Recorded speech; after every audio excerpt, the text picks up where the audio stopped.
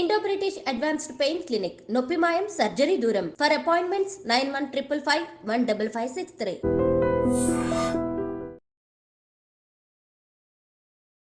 నమస్తే, welcome to I dream inside politics with కవిత.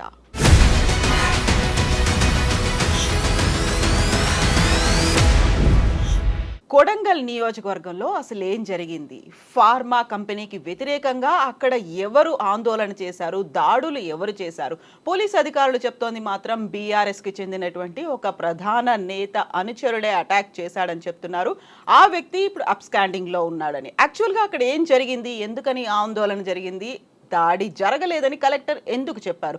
మనతో పాటుగా ఉన్నారు బీఆర్ఎస్ అధికార ప్రతినిధి క్రిషాంక్. హలో అండి, నమస్తే. సో యాక్చువల్గా ఈ మధ్య కాలంలో జరుగుతున్నవన్నీ హై ఇంటెన్సిటీతో ఉన్నటువంటి ఇష్యూస్గానే కనిపిస్తున్నాయి. వెరీ లేటెస్ట్గా మనం రామన్నపేట చూసాం ఒక వారం కింద. నిన్న కొడంగల్లో జరిగినటువంటి ఈ ఇష్యూ యాక్చువల్గా ఏం జరిగింది అక్కడ అసలు? అంటే ఒకటి ఖచ్చితంగా కవిత గారు హై ఇంటెన్సీ. ఎందుకంటే ప్రజాపాలన అని చెప్పిండ్రు, ప్రజాస్వామ్యం అని చెప్పిండ్రు. ప్రజాస్వామ్యంలో సీఎం గారి నియోజకవర్గంలోనే ఇంటర్నెట్ సర్వీసెస్ ఆపేస్తారా? ఆపరు కదా. మొన్న సికింద్రాబాద్లో అయింది. సికింద్రాబాద్ సిటీ యాక్చువల్లీ చాలా పీస్ఫుల్. లాస్ట్ 10 years కేసీఆర్ గారి పాలనలో చూసినాం, ఇక్కడ కూడా అట్లాంటి ఘర్షణలు జరగలేదు. సికింద్రాబాద్లో లాస్ట్ మంత్లో ఇంటర్నెట్ సర్వీసెస్ బంద్, ఇప్పుడు కొడంగల్లో ఇంటర్నెట్ సర్వీసెస్ బంద్. అయితే ఒక్కటి మనం గమనించాలి ఏంటంటే, అసలు ఇవాళ మా మీద ఏమని అంటున్నారు అంటే బీఆర్ఎస్ వ్యక్తి అందులో ఉన్నాడు అనేసి ఒకటి అంటున్నారు. కానీ వాస్తవం కాదా? కొన్ని నెలల నుంచి అక్కడ ధర్నాలు జరుగుతున్నది వాస్తవం కాదా? ఒక వ్యక్తి హైదరాబాద్ నుంచి 24 గంటల ముందే వెళ్తే అక్కడ పోయి ఏదో 100 మందిని రెచ్చగొడితే మరి కొన్ని నెలల నుంచి ఎందుకు ధర్నాలు అవుతున్నాయి? అంటే నిజాన్ని నుంచి దూరం పెట్టడానికే ఇవాళ ఇంటర్నెట్లు బంద్ చేసి కొత్త కట్టుకథనాలను అల్లుతున్నారు అని అర్థమవుతున్నది. ఎందుకంటే ఎవరు అనుచరుడు అని అంటున్నారు? పట్నం నరేందర్ రెడ్డి గారు అనుచరుడు అని అన్నారు. పట్నం నరేందర్ రెడ్డి గారు ఎక్కడున్నారు? అందరితో పాటు పోలీస్ స్టేషన్లోనే ఉన్నారు. ఆయనను విచారణ చేయలే. ఆయన ఫోన్లో ఏదో 42 calls అనేసి అంటున్నారు. ఆయన ఫోన్ కూడా తీసుకోలేదు మధ్యలో కేటీఆర్. ఎందుకంటే 2 ఫోన్లు అయితే, మీ నుంచి నాకు ఫోన్ వచ్చినా, నా నుంచి మీకు ఫోన్ వచ్చినా మన ఇద్దరు ఫోన్లో ఉండాలి కదా. మరి అట్లాంటిది ఏం లేదే. ఒక వ్యక్తి ఒకటి ఇవాళ మీరు చెప్పాల్సిన సమాధానం ఏంటిదంటే, నంబర్ 1, ఆయన ఆ గ్రామస్తుడా కాదా? కొడంగల్ వాస కాదా? సురేష్ కొడంగల్ వాస లేదు, హైదరాబాద్ చెందిన వ్యక్తి ఇక్కడికి వెళ్ళి అక్కడికి ఘర్షణలు చేయడానికి వెళ్ళిండా? కొడంగల్ వాసే అక్కడికి పోయి ఉన్నాడు అంటే తప్పు లేదు. ఎందుకంటే వాళ్ళ గ్రామంలో ఇవాళ ఫార్మా కంపెనీ పేరు మీద ప్రభుత్వం నిర్ణయం తీసుకొని ఒక ఫార్మా కంపెనీ కోసం ప్రభుత్వమే ఈరోజు అంతా పుష్ చేస్తుంది అని అన్నప్పుడు ఖచ్చితంగా నిరసన తెలిపే హక్కు వాళ్ళకు పూర్తిగా ఉన్నది. వాళ్ళ భూములు కాబట్టి వాళ్ళకి ఇవ్వాలని లేకపోతే. ఇంకొకటి, నిన్నటి నేను చూస్తున్నాం కాంగ్రెస్ వాళ్ళు, వాళ్ళకు ప్రో ఉన్న మీడియా వాళ్ళు ఒక ఫోటోని మొత్తం సర్క్యులేట్ చేస్తున్నారు. ఆ ఫోటోలో ఏమైనా రాయి పట్టుకొని ఉన్నాడా? ఆ ఫోటోలో కర్రె పట్టుకొని ఉన్నాడా? ఆ ఫోటోలో దాడి చేస్తున్నట్టు కనబడుతున్నాడా? మాట్లాడుతున్నాడు కలెక్టర్ గారితో. మాట్లాడుతున్న ఫోటోని చూపెట్టి ఇగోండి బీఆర్ఎస్ వ్యక్తి ఉన్నాడు, ఈయననే దాడులు చేశాడు. ఆయన ఒక్కైనే కాదు, ఆ గ్రామంలో ఎంతోమంది బీఆర్ఎస్ వాళ్ళు ఉంటారు. ఎందుకు ఉండరు? మీరు 3-4 గ్రామాల పేర్లు చెప్తున్నారు కదా ఎఫెక్టెడ్ ఏరియాస్ గురించి. బీఆర్ఎస్ సింపథైజర్లు ఉండరా? బీఆర్ఎస్ ఓటర్లు ఉండరా? బీఆర్ఎస్ కార్యకర్తలు ఉండరా? అట్లా అని వాళ్ళు రైతులు కాదా? అట్లా అని వాళ్లకు బాధలు ఉండవా? అంటే అసలు అజెండా నుంచి డైవర్ట్ చేస్తున్నారు కదా. ఇవాళ కాంగ్రెస్ వాళ్ళు తీసుకున్న వాదన, అన్ఫార్చునేట్లీ పోలీస్ వాళ్ళు కూడా తీసుకుంటున్న వాదన ఎట్లుంది తెలుసా?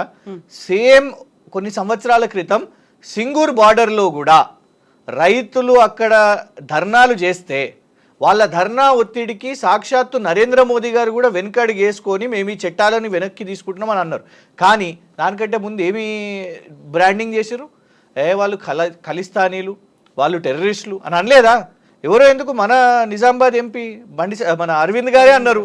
ధర్మపురి అరవింద్ గారే వాళ్ళు టెర్రరిస్టులు ఉన్నారు, ఖాలిస్తానీలు ఉన్నారని. మీరు ఇప్పుడు అట్లనే చేస్తున్నారు.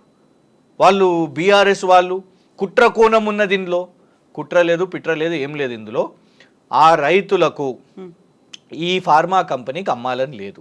మాకు స్పష్టంగా ఇందులో సమాచారం ఏమున్నది అంటే, ఇవాళ ఒక కాంట్రాక్టు అమృత్ కాంట్రాక్ట్ ఏమో ఒకరికి, వాళ్ళ బావమరిది గారికి. స్వచ్ఛ బయో అని అమెరికాకు పోయినప్పుడు బ్రదర్ కంపెనీ అనుముల జగదీష్ గారి కంపెనీతోని 1000 కోట్లు. ఇక్కడనేమో కొడంగల్ ఫార్మాలో మ్యాక్స్ బిఎన్ ఫార్మా, ఏ మ్యాక్స్ బిఎన్ ఫార్మా అయితే వాళ్ళ అల్లుడు గొలుగూరి సత్యనారాయణ గారి కంపెనీ ఉందో అక్కడ ఫార్మాని అక్కడ ఎస్టాబ్లిష్ చేయడానికి ఇవాళ రేవంత్ రెడ్డి గారు ఒత్తిడి పెట్టి అక్కడ ఉన్న రైతుల దగ్గరికి వెళ్ళి ఇవాళ భూసేకరణ చేయాలని ప్రయత్నం చేస్తున్నారు. ఇది క్లియర్గా చీఫ్ మినిస్టర్ రేవంత్ గారి పెట్ ప్రాజెక్టే. లేకపోతే సొంత నియోజకవర్గంలో ఇలా అడ్మినిస్ట్రేటివ్ ఫెయిలియర్ కాదా అండి? పోలీస్ సెక్యూరిటీ లేదు, కలెక్టర్ గారి మీద ఆ దాడి జరగడం నిజంగా కూడా బాధాకరం. కానీ దానికి కారణం ఎవరు? బాధితులు ఎవరు? ఇటు రైతులు బాధితులు, ఇటు కలెక్టర్ గారు బాధితులు. ఎందుకంటే కలెక్టర్ గారి మీద నిన్న తిరగబడ్డారు కాబట్టి వారు బాధితులే. కానీ రైతులు నేరస్తులా? వాళ్ళ భూమి కోసం ఇవాళ పోరాటం చేస్తున్నది వాళ్ళు నేరస్తులా? దాదాపు నాకు తెలిసి ఇప్పటికీ నంబర్ పెరిగిందో లేదో నాకు తెలియదు, లాస్ట్ నాకు తెలిసి 55 మందిని అరెస్ట్ చేశారు. అంటే ఒక్క సురేష్ వెళ్ళి 100 మందిని రెచ్చగొట్టి 55 మందిని మొత్తం సైన్యాన్ని తయారు చేసి దాడి చేసిన. నేను మనం ఎంతమందిని చూసినాం? దాదాపు 1000 మంది ఉన్నారు అక్కడ, విజువల్స్లో కనబడుతున్నారు. అంటే ఆ ఆవేశం వాళ్ళలో కనబడుతున్నది. ఎవరు దీనికి కారకులు? ముమ్మాటికి ముఖ్యమంత్రి రేవంత్ రెడ్డి గారే. He needs to think about his decision. కూర్చొని అక్కడ ఉన్న వాళ్ళతో మాట్లాడాల్సిన అవసరం ఉన్నది. వెళ్ళిరు కదా నియోజకవర్గానికి, పండుగకు, దసరాకి వెళ్ళిర్రు, రకరకాల పండుగలకు వెళ్ళిరు. వెళ్ళినప్పుడు కనీసం ఆ గ్రామంలో ఉన్న పెద్దలతోనన్నా ఏంటిది అనే ఇష్యూ అయినా మాట్లాడాల్సిన అవసరం ఉన్నదిగా. మీరు చెప్పిన ప్రజాపాలనకు పాపం వీళ్ళ దగ్గర మీ సొంత నియోజకవర్గంలోనే మీరు ప్రజలది వింటలేరండి. ఇలా వినకుండా వాళ్ళు రోడ్డు మీదకి వచ్చి పోరాటం చేసిన పరిస్థితి.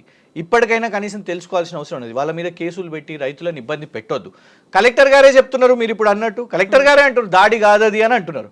మరి దాడి కానప్పుడు కేసు ఎందుకు? దాడి కానప్పుడు అరెస్ట్లు ఎందుకు? ఇప్పుడు మన ఐజీ సత్యనారాయణ గారు చెప్తున్న దాన్ని బట్టి అయితే 28 మందిని అరెస్ట్ చేశాము అనే మాట చెప్పారు. అవాంఛనీయ సంఘటనలు జరగకుండా భారీగా బలగాలను అయితే పోలీసు బలగాల్ని మోహరించాము అనేది. సురేష్ అనే వ్యక్తి కలెక్టర్ని తప్పుదోవ పట్టించి తీసుకెళ్లారు, ఇంకో ప్లేస్కి తీసుకెళ్లారు, అక్కడ ఆర్గనైజ్డ్గా అటాక్ అయింది అనేది చెప్తున్నారు. దీంతో పాటుగా బీఆర్ఎస్ పార్టీకి చెందిన కార్యకర్త అతడి స్వస్థలం మణికొండలోని మణికొండ. ఇది కలెక్టర్ గారు ఏం మాట్లాడలేదు కదా, నిన్న మీడియాతో మాట్లాడింది మనం చూసినాం. మేము ఎందుకు అనొద్దు? పోలీస్ ఎవరి కోసం పనిచేస్తున్నదండి? రేవంత్ రెడ్డి గారి కిందనే పనిచేస్తున్నది.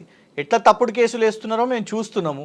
ఇవాళ ఈ కొత్త నెరేటివ్ అంటే ఒక షేమ్ అయిపోయింది. సొంత ముఖ్యమంత్రి నియోజకవర్గంలోనే రైతులు తిరగబడుతున్నారు అని ఇవాళ జాతీయ స్థాయిలో అందరూ మాట్లాడుకుంటున్నారు. దానికోసం కట్టుకథలు అల్లడానికి ఇవాళ సురేష్ అనే వ్యక్తి తీసుకొని పోయిండు, ఇట్లా చేసిర్రు అని. కలెక్టర్ గారికి సమాచారం ఉండదా ఎక్కడ పబ్లిక్ హియరింగ్ ఉందో? కలెక్టర్ గారి బృందం, స్పెషల్ ఆఫీసర్ అక్కడ ఉన్నారు. కలెక్టర్ గారితో పాటు దాదాపు 3-4 వెహికల్స్ కాన్వాయ్ ఉన్నది. ఆల్రెడీ అక్కడ పోలీస్ సిబ్బంది కూడా, సరే ఆ స్థాయిలో పెద్ద సంఖ్య ఇప్పుడు 300-500 మంది కాకపోయినా దాదాపు 50-100 మంది ఉండే కదా. కానీ సురేష్ అనే ఒక వ్యక్తి కలెక్టర్ గారిని తీసుకొని పోతారా? చెప్పడానికన్నా కనీసం కన్విన్సింగ్ ఉండాలి కదా. కన్విన్సింగ్ ఏమాత్రం లేదు అది. ఎందుకంటే పబ్లిక్ హియరింగ్ని ఎవరు కండక్ట్ చేస్తారండి? గవర్నమెంట్ కండక్ట్ చేస్తుంది, స్పెషల్ ఆఫీసర్ కండక్ట్ చేస్తాడు, కలెక్టర్ కండక్ట్ చేస్తాడు. సురేష్ అనే ఒక వ్యక్తి కండక్ట్ చేస్తాడా? So it is absolutely not convincing. దీన్ని తప్పించుకోవడానికి వాళ్ళ police department failure in protecting collector గారిని ప్రొటెక్ట్ చేయడంలో, ఎట్ ద సేమ్ టైం రైతుల మీద ఇవాళ బద్నాం చేయడానికి ఇవాళ అటు రైతులు తిరగబడ్డారు. అందులో హ్యాండ్ పిక్ చేసి బురద జల్లాలంటే బీఆర్ఎస్ మీద సింపుల్గా బురద జల్లాలి, రాజకీయంగా ఇది జరిగిందని. ఇది వీళ్ళు చెప్తున్న కథలో ఎక్కడ కూడా కన్విన్సింగ్గా లేదు. అంత క్లియర్గా మీడియా ఉండే, నిన్న మీడియా కూడా ఉన్నది, అందుకే ఆ విజువల్స్ అన్నీ బయటికి వచ్చినాయి. ఇంతమందిలో కలెక్టర్ గారిని సురేష్ తప్పుదో పట్టించారు అంటే హాస్యాస్పదంగా ఉంది. ఇప్పటికైనా బీఆర్ఎస్ని అనడమో, కలెక్టర్ గారిని బ్లేమ్ చేయడమో, ఎస్పీ గారిని కూడా మనం ఏమని విన్నాము, ఎస్పీ గారిని సస్పెండ్ చేస్తారు అని కూడా వార్తల్లో వచ్చింది. ఎస్పీ గారిని బ్లేమ్ చేయడమో, ఇటు రైతులను బ్లేమ్ చేయడమో ఇది కాదు. దీంట్లో పూర్తిగా బాధ్యత, బ్లేము తీసుకోవాల్సింది కేవలం రేవంత్ రెడ్డి గారు. ఈ మొత్తం ఫియాస్కో దట్ ఒక అండర్స్టాండింగ్కి, ఒక రెజల్యూషన్కి వాళ్ళు రాలేకపోయినారు. కాబట్టి కొన్ని నెలల నుంచి జరుగుతున్న ధర్నాలో ఇప్పటికైనా కూడా ఇది ఇట్లా సాగదు. ఇప్పుడు రైతుల మీద వీళ్ళు కేసులు వేసిర్రు అనుకోండి, రైతులు ఎఫెక్టెడే అవుతారు. సురేష్ అయినా ఇంకెవరైనా కూడా ఒక వ్యక్తి ఇందులో అఫెక్ట్ కావాల్సిన అవసరం లేదు. సో దయచేసి రాజకీయం మానుకోండి, రైతులకు న్యాయం చేయండి. ఆ ప్రాజెక్ట్ని రోల్ బ్యాక్ చేసుకుంటారా, రైతుల పక్షాన్ని నిలబడతారా, వాళ్ళందరినీ కూల్ డౌన్ చేసి వాళ్ళతో మాట్లాడతారా, అది ఆ దిశగా కాంగ్రెస్ ప్రభుత్వం ఆలోచించాలి. ఇప్పుడు సోషల్ మీడియాలో ఒక ఫోటో తిరుగుతుంది. ఈ దాడి జరగడానికి కొన్ని రోజుల ముందే ఆ సురేష్ అనే వ్యక్తి వచ్చి కేటీఆర్ని కలిశారు, పట్నం నరేందర్ రెడ్డితో వచ్చి కలిశారు, కంప్లీట్గా అక్కడ జరిగేటువంటిది నిన్న ఆందోళనలో ఎలాంటి అల్లరి జరుగుతుంది ఇవన్నీ కూడా కేటీఆర్కు తెలుసు, ఒక ఆర్గనైజ్డ్గా జరిగింది అనే దానికి ఏం చెప్తారు మీరు? కవిత గారు, పట్నం నరేందర్ రెడ్డి ఎవరు? కొడంగల్ మాజీ ఎమ్మెల్యే. మాజీ ఎమ్మెల్యే. రేవంత్ రెడ్డి గారిని గతంలో మొన్న ఓడగొట్టిన ఎమ్మెల్యేగా ఉన్నారు. సో కొడంగల్ వాసి పట్నం నరేందర్ రెడ్డి గారిని కలవకపోతే డొనాల్డ్ ట్రంప్ని కలుస్తాడా? పట్నం నరేందర్ రెడ్డి గారిని కలుస్తారు కదా. నంబర్ 1. కేవలం సురేష్ ఒక్కడే కలిసిండా? కొడంగల్ రైతులు కేటీఆర్ గారిని కలవలేదా? ఎస్, కొడంగల్ నుంచి ఎంతోమంది రైతులు వచ్చి కలిసిండ్రు. అది ఓపెన్గా బహిరంగంగా ఉంది. కానీ అందులోకి వెళ్ళి కలెక్టర్ గారితో ఉన్న దాని విషయం మీద వాళ్ళు ఏం నేరం చేసిండు చెప్పండి. సురేష్ అయినా ఇంకెవరైనా కూడా వాళ్ళు ఏం నేరం చేసిండు? సురేష్ దాడి చేస్తూ కనిపించిన ఒక్క విజువల్ చూపెట్టండి, అప్పుడు నిజంగా మేము తప్పంటాం. సురేష్ కట్టె పట్టుకున్నా, రాయి పట్టుకున్నా, సురేషే వైలెంట్గా ఏదైనా బిహేవ్ చేస్తే అది తప్పు అని మేము అనొచ్చు.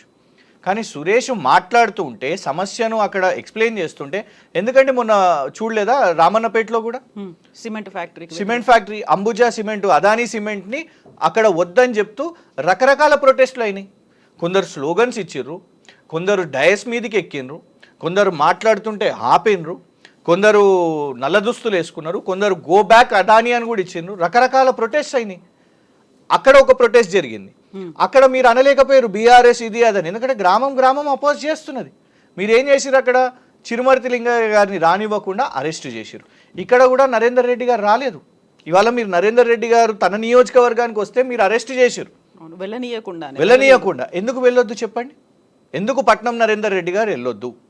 ఒక ఆపోజిషన్కి ఇప్పుడు ప్రజల్లో, రైతుల్లో ప్రభుత్వం సైడ్ నుంచి దెబ్బలు పడుతుంటే, ప్రభుత్వం సైడ్ నుంచి కేసులు అవుతుంటే ఎవరి వైపు చూస్తారు చెప్పండి? రైతులు ఎవరి వైపు చూస్తారు? ప్రతిపక్షం వైపు చూస్తారు, మీడియా వైపు చూస్తారు. మీరు రానివ్వకపోతే ఈ ఫోర్సెస్ డెఫినెట్గా కదా, గవర్నమెంట్ అదర్ సైడ్ ఎన్నో ఉంటాయి, ఎన్నో ప్లాట్ఫామ్స్ ఉంటాయి, ఆ ప్లాట్ఫామ్స్ని యూటిలైజ్ చేసుకుంటారు. ప్రభుత్వమే వినకపోతే మీడియాకి రావడం తప్పనంటారా? ఇలా మీరు అందుకే కదా ఇంటర్నెట్ కట్ చేసారు, ఎందుకంటే వాళ్ళ వాయిసెస్. ఒక మీడియా అక్కడ పోయినా కూడా రకరకాల కిట్స్ ఉంటాయి, 3G పెట్టుకుంటారు, అవన్నీ పెట్టుకుంటారు. అంటే ఈ సమాచారం బయటికి పోవద్దు. ప్రతిపక్షాల వాళ్ళు వస్తే వాళ్లకు బలం చేకూరొద్దు.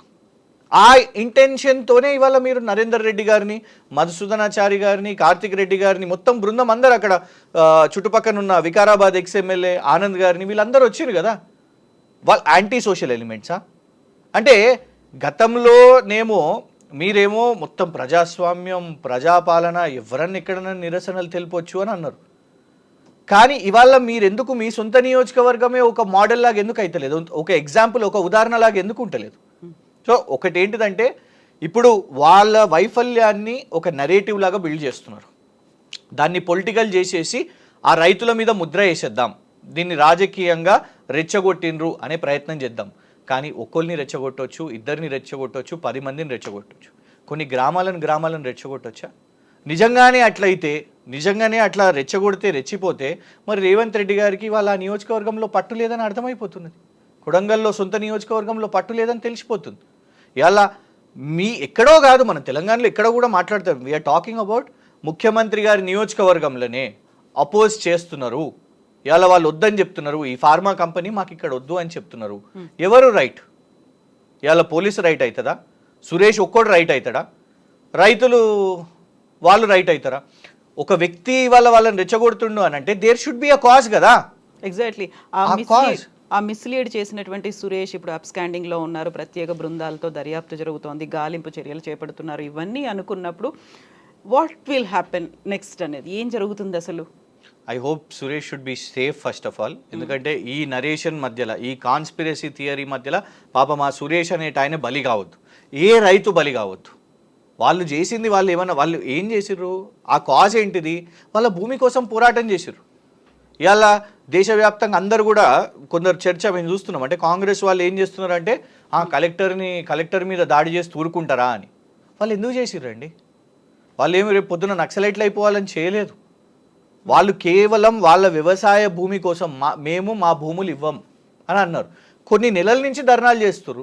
అయినా మీరు మొండిగా వాళ్ళకు ఈ పబ్లిక్ హియరింగ్ ఇదంతా సేకరిస్తాము అని అనేసరికి ఏం జరిగిందో మనకు ఎవరు కూడా తెలియదు. ఆ స్పర్ ఆఫ్ ద మూమెంట్లో ఆ రియాక్షన్ అయింది. దాన్ని మీరు చేయాల్సింది ఏంది?